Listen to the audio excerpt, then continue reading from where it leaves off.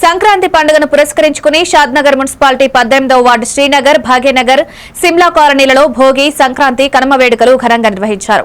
Colony అభివృద్ది committee అధ్యక్షులు జమాల్పూర్ చందూలాల్ ఆధ్వర్యంలో చిన్నారులకు పతంగులు పంపిణీ చేసి ఆనందాన్ని పంచారు.